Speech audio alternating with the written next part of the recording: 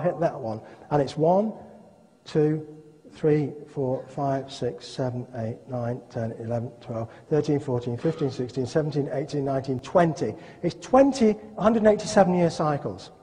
That's 20 multiplied by 68,302. That's 1,366,040 days. And that was a number worshipped by the Mayas of Central America. Now, do you see the problems? Okay?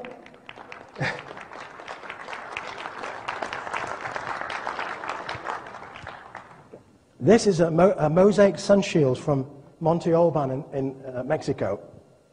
It's a sun shield. It has 4 arrows. It has 85 golden loops or sunspots, and it has 11 pendants. 4 times 8 times 11, multiplied by 365.25, comes out to be 1,366,040 days. So now you know what you're up against. We know what we're up against. These guys weren't the chimpanzees flying around in trees eating bananas like the archaeologists tell us. These people were smarter than we are today. And if we look at the sunspot graphs, we understand why civilizations rise and fall with sunspots. Because we know sunspots affect fertility. We know how they affect fertility. They affect the particles coming off the sun. That affects the brain. That affects the production of hormones. So every time we get a sunspot cycle, the pharaohs died out. The early Greeks died out. When we have a maximum, we have a pyramid maximum. The Mayas died out in AD 750. The Incas died out in 1530. All because the sun failed their fertility needs. There were no babies being born. Not only were there no babies being born, but when that magnetic field reverses, when that neutral warp reverses, what happens to the sun? Well, we can see what happens. If the sun's magnetic field goes that way, if it twists on its axis like that, the Earth turns on its axis upside down, and we have a pole shift. Now, of course, that doesn't happen every time. These are magnetically coupled. If that moves that way, that moves that way. If that moves that way, that moves that way. It's like a compass needle. If you've got a compass, it follows the magnetic field of the Earth. So we know the Maya, we know from that mosaic sun shield that the Maya knew the correct number for the sunspot cycle because they encoded it in that mosaic sun shield. And we need to ask, why did they worship another number 520 days longer? 1,366,560 days long. And they measure their calendar from the year 3113 BC. Because they knew in the year 3113 BC, 5,000 years ago, the magnetic field of the sun reversed. They know that. And the planet Venus reversed. The Earth did not reverse because we're further away. But they called it the birth of Venus. And that's why Venus now is rotating upside down. And it's very slow because it used to rotate that way quickly. But when it got turned upside down, it slowed down. One day it will stop and start turning the other way again. So they called it the birth of Venus. But I began to suspect as the books came along. Before we do that, I'll just show you Machu Picchu. Machu Picchu, we all know it's in the sky in Peru. And what you probably haven't seen is that, if you've been there, is that all of the windows are bricked up. There are no windows at Machu Picchu, except in the observatory. All of the windows are blocked up. So why build a window and block it up? Melatonin, the jet lag hormone, is maximum at 3 o'clock in the morning when it's dark. And 2 guys, Pierre Pauly and Riegelson, 2 Americans, doctors, wrote a book in 1999, The Melatonin Miracle. And they said not only does melatonin affect fertility, but electric fields decrease fertility.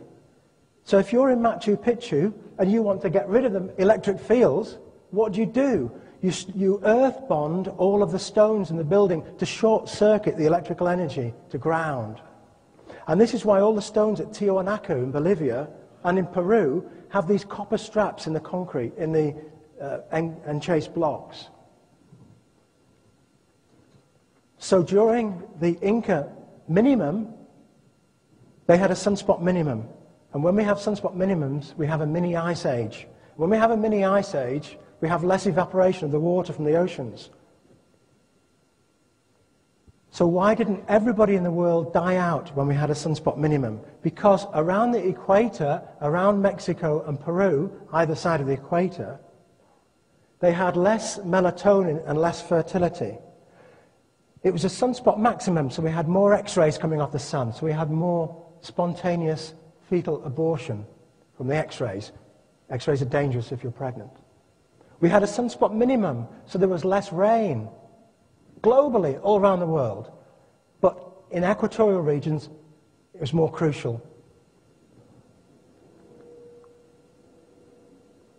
So that the people around the equatorial region had famine as well as drought. Okay, who cares? Who cares? Well, this, as I said, this stuff is very, very important. In 1967, a British biologist, Janet Harker, wanted to know, how does a cockroach know when it's midnight? How can it get out of bed at midnight, run around for 6 hours, and then get tired again and go back to bed? So what she did was, she got a cockroach on an electron microscope, she put it to sleep with a little bit of chloroform, she cut its head off with an electron microscope and a scalpel, she put a grid on top of the cockroach, with 100 little grids in it, and she got a little soldering iron, and she burnt a hole in one of the squares and put its head back together.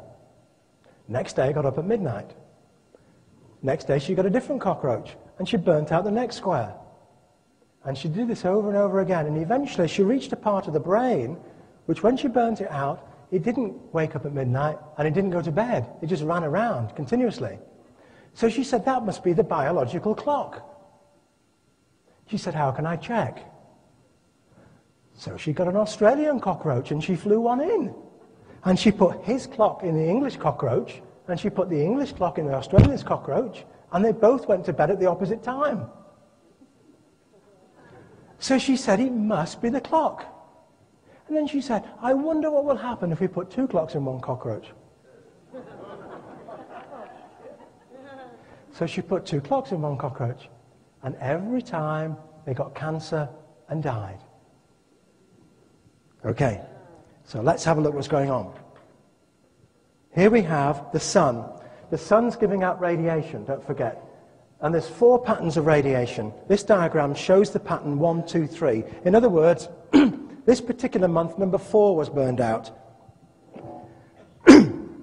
So we have this rhythm, this beat, a 1, 2, 3 beat. 1, 2, 3. So this sperm and the egg, they come together, and the sun is showering 1, 2, 3 on this particular baby, on this particular fetus, or zygote. This sperm, as it enters the egg, and it starts developing and dividing its cells. And the baby starts developing cells as it's radiated by this sunshine with a 1, 2, 3 beat. The cells grow, the cells divide, more cell growth. The hormone systems develop. The hormones then feed a signal back to the biological clock. And the biological clock says, 1, 2, 3. Good, it's great. And it compares the 1, 2, 3 from the hormone system with the 1, 2, 3 from the sun. And it says, are they together? Yep, great. Okay, the sun goes around again, and the sun says, more cells. The cells divide, and they go around, and there's no problem, great. And the organism grows a bit bigger, they get more hormones, more cells, and it grows and grows and grows. So we have a parity checker in the brain, the pineal gland, to make sure that we don't want that. We want them both together, the same code, because we know we've got a healthy baby. What happens if we change the code? Look at this situation. We have the same code coming from the sun, 1, 2, 3, but now you've got a carcinogen coming into the system. Coffee, tobacco, any carcinogen that changes its metabolic rate. Now we've got 1, 2, 3 from the sun here, but the carcinogen's going, hey man, this cigarette's making me go really quickly. And the other one's going like that, and they say, and what happens is this comparator doesn't switch off the system. And what happens is we get a cancer loop forming. And so we get cancer. The cells divide, multiply,